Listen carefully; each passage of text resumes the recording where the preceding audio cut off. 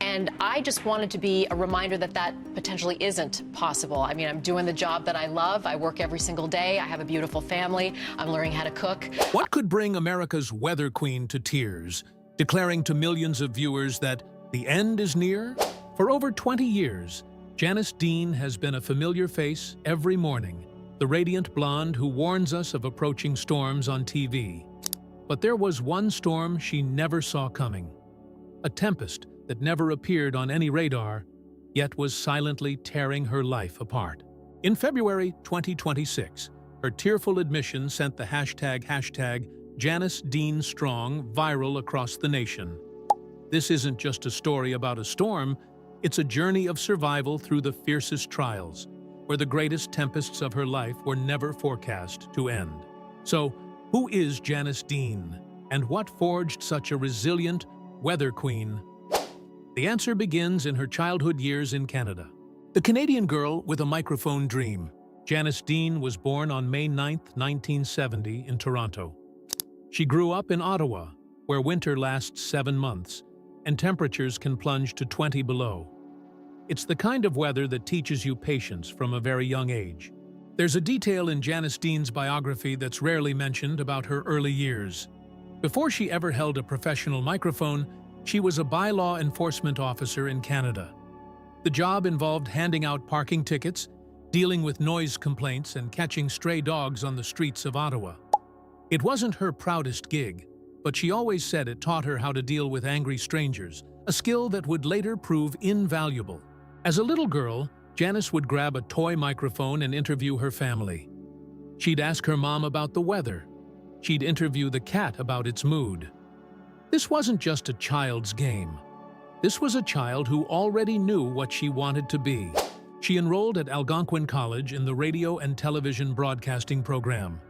After graduating, she landed her first job at Ches FM in Ottawa. It was anything but glamorous.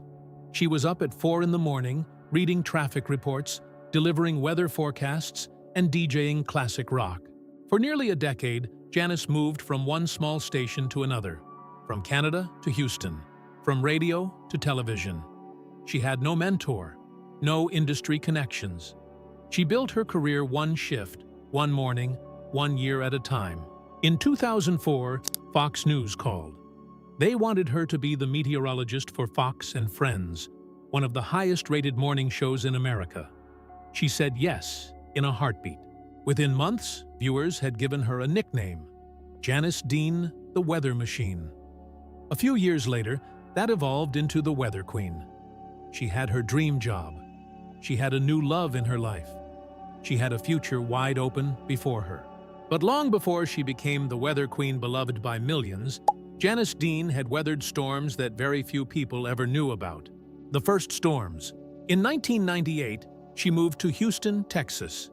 For the next 3 years, she worked at a string of radio stations, KODA-FM, KKBQ-FM, KLDE-FM. She lived alone in a small apartment, thinking it was the start of a new American life.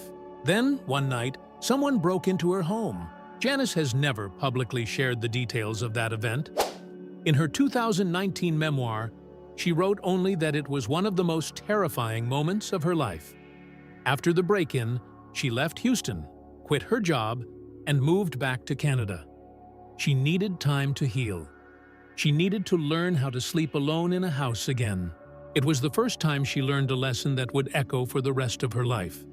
A person's sense of safety can be stolen in a matter of seconds.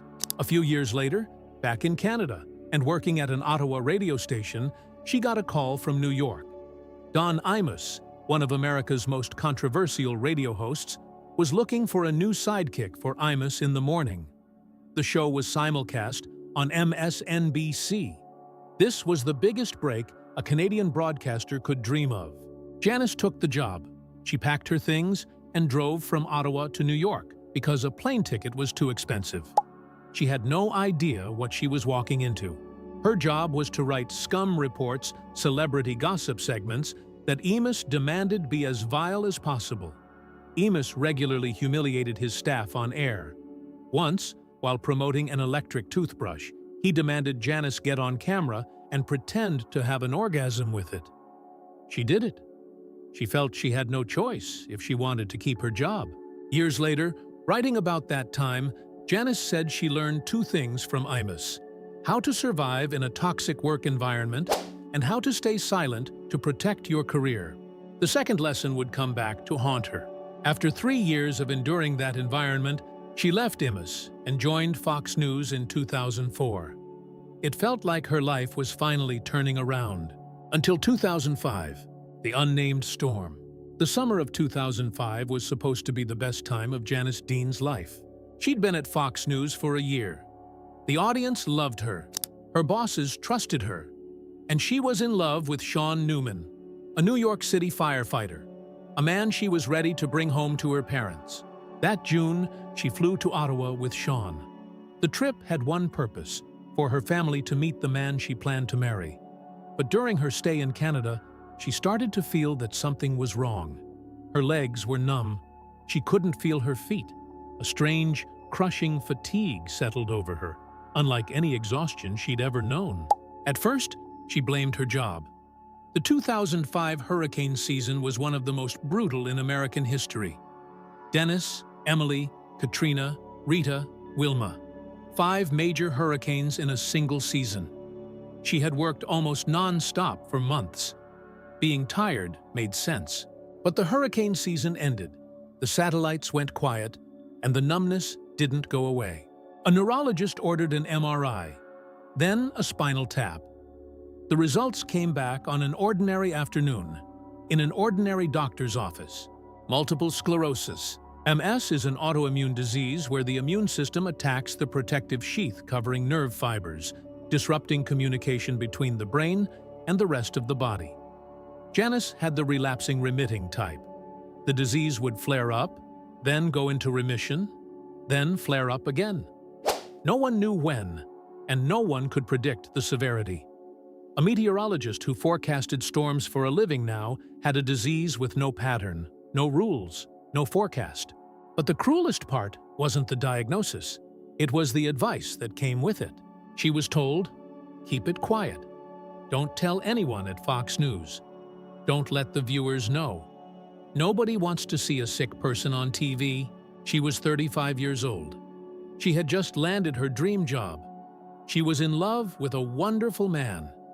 And now she was being told that to keep it all, she had to lie every single morning she went on the air.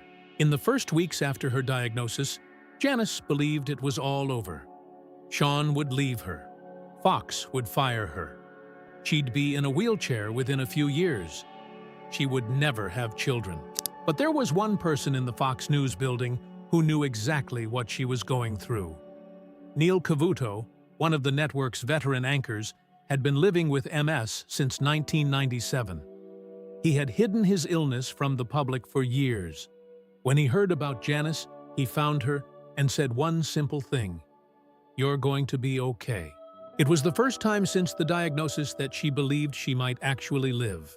While she stood in front of a green screen warning America about Hurricane Katrina, another storm, the one inside her own body, had already begun to ravage her nervous system. And she would hide it for the next 20 years. 20 years of hiding the storm. In 2007, Janice and Sean were married at New York City Hall. It was a small, unpretentious wedding. 2 years later, their son Matthew was born. In 2011, Theodore followed. From the outside, they were the perfect family. On the inside, Janice was living a double life. Every morning, before her feet hit the floor, she asked herself the same question: can I feel my legs today? Some days, the answer was yes. Some days, it was no. On some days, she'd get up and one side of her body would be so numb she had to physically lift her leg out of bed with her hands. Every 6 months, she went to the hospital for an IV infusion. The treatment suppressed her immune system to reduce the frequency and severity of relapses. It wasn't a cure. It was a negotiation with the disease, a way of buying more time. She scheduled her infusions on her days off. She didn't tell her colleagues. She didn't tell her viewers. Every time she went on air, she wore her trademark smile, shared cheerful weather anecdotes, and left the studio with a weariness that none of her millions of viewers could ever detect. It was a special kind of loneliness, to be loved by millions, yet known by no one for the battle you were fighting. In 2017, she nearly lost it all over a small decision. She had a fractura laser procedure on her neck, a cosmetic treatment advertised as safe with a 5-day recovery. But the laser damaged her mandibular nerve. For weeks, she couldn't smile properly. She couldn't pronounce certain words. A meteorologist who can't speak clearly is a meteorologist out of a job. It took over 2 months before she could return to the air. For those 2 months, she lived in fear that her career would end not because of MS, but because of one foolish decision. That same year, Janice and Sean returned to the church. They held a ceremony to renew their wedding vows at Holy Trinity Catholic Church. For a woman who had lived for 12 years with an incurable disease, faith was no longer a religious habit. It was an anchor. She had everything others dream of: a career, a family, a faith. But she couldn't tell a soul that she was terrified every single day, until the spring of 2020, when another kind of storm arrived and shattered everything. The storm that hit home. John Newman's father was named Mickey. Before retiring, he was a New York City firefighter, just like his son. Before that, he served in the U.S. Air Force. He was the kind of man who spent his entire life running into fires to save strangers. Sean's mother was named Dee. She spent her life by Mickey's side, raising sons who would carry on their father's work. As they grew older and their health declined, they lived in separate elder care facilities in New York. They weren't abandoned. They were simply aging, as everyone does. In March 2020, COVID-19 slammed New York. Hospitals were overwhelmed. Governor Andrew Cuomo needed an emergency solution. On March 25th, he signed a directive ordering nursing homes to accept recovering hospital patients, regardless of whether they were still positive for COVID. The directive remained in effect for 46 days. During those 46 days, thousands of COVID-positive patients were sent into facilities packed with the elderly and the infirm, the very people most vulnerable to the virus. Mickey Newman died of COVID in late March 2020. Janice believes that just days before his death, he was moved to a floor with other COVID patients. 2 weeks later, Dean Newman also died. They died in facilities that were locked down to visitors. No family members were allowed inside. No holding hands goodbye. No final conversations.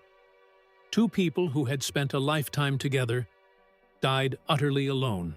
But the tragedy didn't end there. Because Dee was transferred to a hospital before she died, her death was not counted in New York State's official nursing home fatality statistics. In the reports released by Governor Cuomo, Janice's mother-in-law did not exist. She wasn't a number. She was an erasure. Janice Dean had never been a political commentator. She used to joke that the only reds and blues she cared about were the high and low pressure systems on a weather map. But after Mickey and Dee's deaths, something inside her broke, and she started speaking out. The fight against Goliath. In May 2020, Janice appeared on Tucker Carlson Tonight. It was the first time she spoke publicly about the deaths of her in-laws. She spoke slowly, her eyes red, her voice steady. She said something that would be quoted thousands of times. These were real people. They are not numbers on a chart. The response from Cuomo and his allies was not debate. It was a campaign of condescension. Pro-Cuomo media outlets called her the weather girl. The phrase was deployed as a weapon. Its meaning was clear. You have no right to talk about public health policy. You just point at maps. Meanwhile, Andrew Cuomo was at the height of his power. National media crowned him the King of New York. His daily COVID press briefings were broadcast nationwide. He received an International Emmy Award for his crisis communication. He signed a $5.1 million book deal with Crown Publishing for a memoir on leadership during the pandemic. While Janice was burying her in-laws without a proper funeral, the man whose directive led to their deaths was collecting awards and multi-million-dollar contracts. One moment from this period was particularly haunting for Janice. On CNN, Chris Cuomo, the governor's brother, was interviewing him on national television. The two brothers joked around. They brought out a giant cotton swab and did a comedy bit about COVID testing. The CNN audience laughed. That same week, Janice couldn't hold a funeral for her mother-in-law because of social distancing rules. She applied to testify before the New York legislature about Mickey and Dee's deaths. She was approved. Days before the hearing, her name was removed from the list. She was told her presence made some people uncomfortable. The woman once told to hide her illness was now being told to hide her family's deaths. For the second time in her life, a powerful force was telling her the same thing. Be quiet. You don't belong in this conversation. She didn't stay quiet. She went on television. She wrote articles. She pushed for an investigation. She demanded access to the real data on New York nursing home deaths. In February 2021, a top Cuomo aide, Melissa DeRosa, admitted on a recorded call that the administration had hidden the data from federal investigators because they feared the real numbers would be used against us politically. When the true data was finally released, the total number of deaths in New York's nursing homes exceeded 15,000. It was nearly double the number Cuomo had been reporting. It was the number Janice had been warning about for almost a year. In August 2021, Andrew Cuomo resigned as governor of New York in the wake of multiple scandals. The man who won an Emmy for his pandemic communication left office in disgrace. The fight wasn't over. In 2024, the House COVID subcommittee referred Cuomo to the Department of Justice for potential perjury. Cuomo was ordered to repay his book money.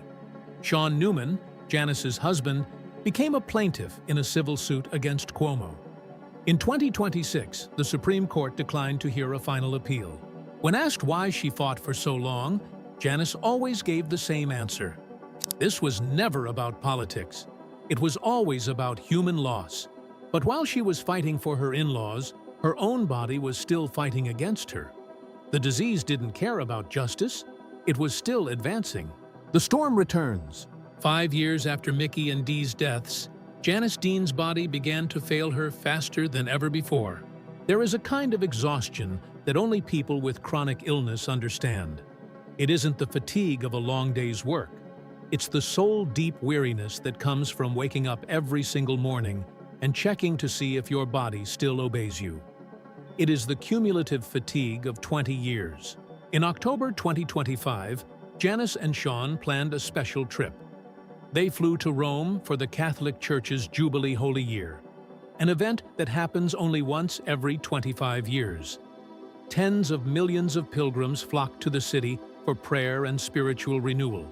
For Janice, this wasn't a vacation. It was a spiritual pilgrimage, a search for healing before her body gave out. 8 years earlier, she had renewed her vows with Sean in a Catholic church. Her faith had been her anchor for 2 decades. Now, she was going to the place where that faith was born. When she returned to New York, she didn't go back on the air right away. On November 12, 2025, Janice posted on Facebook. She wrote that she was taking a medical leave of absence. She was okay, she said, but had some health issues that needed time to resolve. Her bosses at Fox had been wonderful. She would be back. Viewers were concerned but not panicked. Janice had taken breaks before. Everyone assumed she would bounce back, just as she always had, until February 2026.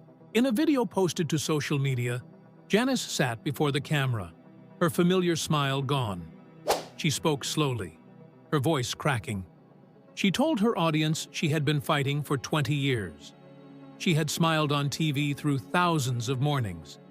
She had hidden her illness from everyone because someone once told her that nobody wants to see a sick person on TV. Then she said the words no one expected. Things are getting harder every day. I've come to accept that the end is near. The video went viral within hours. The hashtags Janice Dean Strong and #MS Warrior exploded across social media. Thousands of people with MS shared their own stories. Her colleagues at Fox sent messages of support on the air. Neil Cavuto, Her secret mentor from 2005 reached out to her privately. This was not an act of surrender. It was the opposite.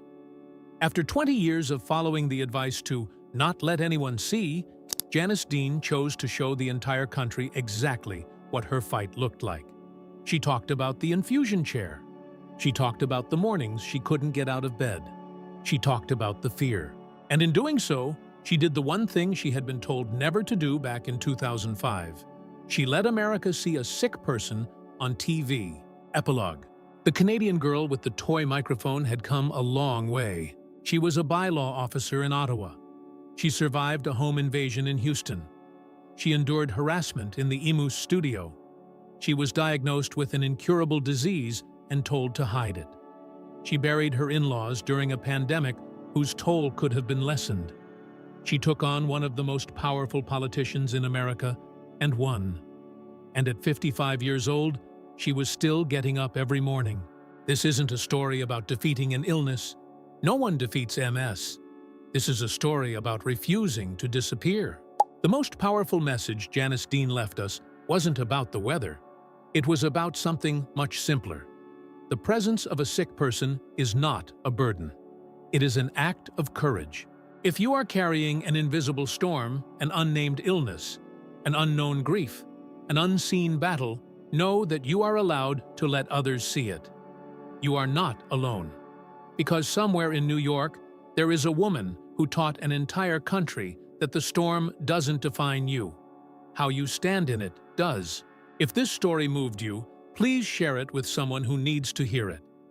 And if you're fighting a storm of your own, leave a line in the comments. Sometimes, the presence of a stranger is the anchor someone else is waiting for.